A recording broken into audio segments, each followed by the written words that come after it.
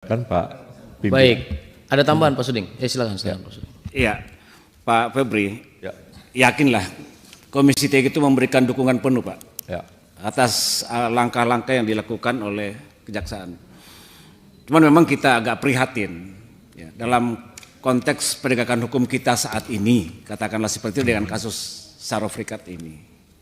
Itu sekali lagi membuktikan bahwa keadilan itu sangat dipengaruhi oleh kekuasaan dan uang, kan begitu. Ya. Nah ini yang semangat dalam hal membersihkan ini, saya setuju Pak. Ya. Kejaksaan harus membersihkan ini, membongkar ini. Siap. Ya kan begitu. Karena masyarakat selalu menganggap bahwa keadilan berdasarkan ketuhanan, tapi kan keadilan berdasarkan uang, kan begitu. Nah ini harus dibongkar ini Pak.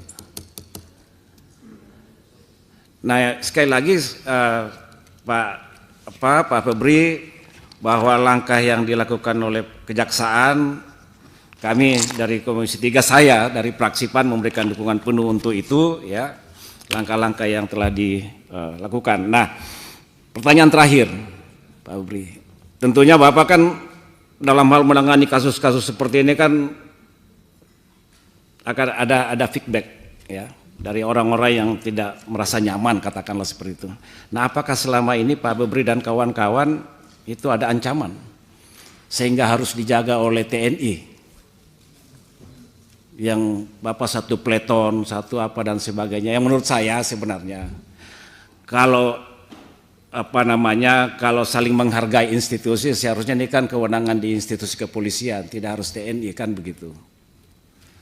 Tapi kan saat ini kan dijaga oleh pihak TNI, institusi kejaksaan.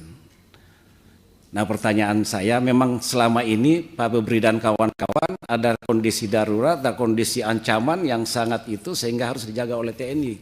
Jangan sampai ini kayak soft force, kan begitu. Sehingga orang pun ketika berhubungan dengan pihak kejaksaan, apakah melaporkan suatu perkara dan sebagainya, itu ada rasa ada keseganan, takut, ini kok dijaga TNI kayak mau perang, kan begitu. Makasih. Mau langsung dijawab atau nanti? Langsung aja, silakan. Biar nanti lebih sedikit. Jadi kalau pertanyaan hampir sama ya nanti nggak usah lagi, kan gitu ya. Silakan. Kalau di kami Pak Suding ya, saya dari pangkat 3A itu Bang selalu di pemberantasan tipikor. Sudah 30 tahun lebih lah. Kalau perlawanan pasti ada, berbagai cara itu pasti ada. Tapi kalau sampai ancaman, mungkin mereka mikir juga lah kalau berhadapan dengan penegak hukum secara terang-terangan. Kalau contoh konkretnya Pak Suding tanya, apa contoh konkret perlawanan itu? Perkara Marcella.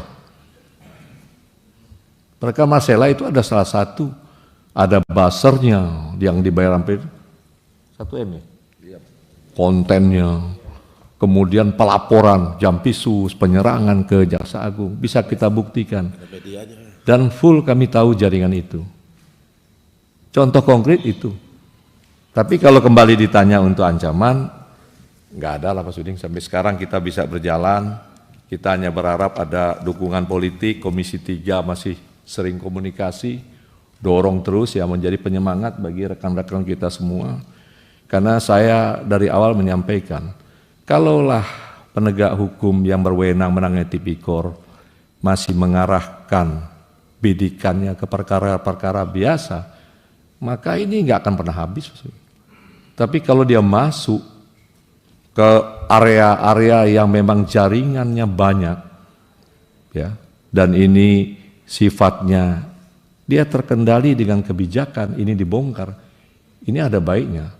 Contoh kayak tekstil kan kita tangkap di Batam, tangkap Jawa Tengah. Karena kita lihat sudah sulit sekali industri tekstil ini bersaing. Apalagi kita harapkan waktu COVID UMKM ibu-ibu yang jualan satu kemeja tuh 65.000, 70.000, berat dia. Nah itu maka kita hajar. Tapi harapan kita selalu kita menyampaikan kepada kementerian yang leading sektor, tolong tata kelola diperbaiki, cegat barang masuk. Untuk menghidupkan. Saya meriksa Sritek dan Dunia Tek. Saya paham betul mereka kalah dalam bersaing dengan barang-barang impor. Kalau tidak bayar pajak, biaya masuk nggak dibayar, kalah. potensi pembeli kita 280 juta. Nah kira-kira seperti itu yang kita lakukan tindakan-tindakan. Kembali ke pertanyaan awal, kalau hubungan kejaksaan dengan Polri, ini dari tingkat jaksa pertama pasti terbiasa dekat Pak Sudi. Dia bertugas kayak saya umpamanya di Sungai Penuh daerah kecil, ya pasti ngumpul, Pak, makannya sama. Dengan Kasat Intel dekat hubungannya. Dekat hubungannya, tidak ada masalah. Saya di Satgas PKH juga selalu berbarengan dengan Pak Kabar Eskrim. Kebetulan ada Pak Kasum dan Pak Kabar Eskrim sebagai wakil saya di Satgas Penertiban Kawasan Hutan. Jadi tidak ada masalah. Cuma kalau kembali tanya kenapa ini TNI, ini memang ketika ada Jampitmil, ini kebanyakan memang nuansa pengamanan itu yang jaksa tidak begitu paham, banyak diserahkan memang dengan Jampitmil Pak Sudi. Sehingga Pak Jampitmil yang mengorganisir bagaimana sistem, bagaimana cara yang kita juga jaksa mungkin ilmunya juga tidak terdidik seperti itu. Nah kemudian ada beberapa saya bawa juga surat permintaan dari Jampitmil ke teman-teman TNI untuk pengamanan. Mungkin lebih tepat kebijakan ini mungkin di Biro Umum atau di bidang pembinaan dengan Jampitmil. Tapi kalau di Pisus clear, kita nggak ada masalah dalam proses penanganan juga kita minta bantuan polisi, malah di Kejari-Kejari juga tetap prosesnya juga minta bantuan polisi. Nah, apakah ini berpengaruh setelah Jampitmil di dalam? Saya kurang tahu teknis, cara strategi pengamanan pimpinan itu kurang paham saya. Jadi mungkin sebaiknya nanti di Pak Jampitmil tuh Pak Suudi.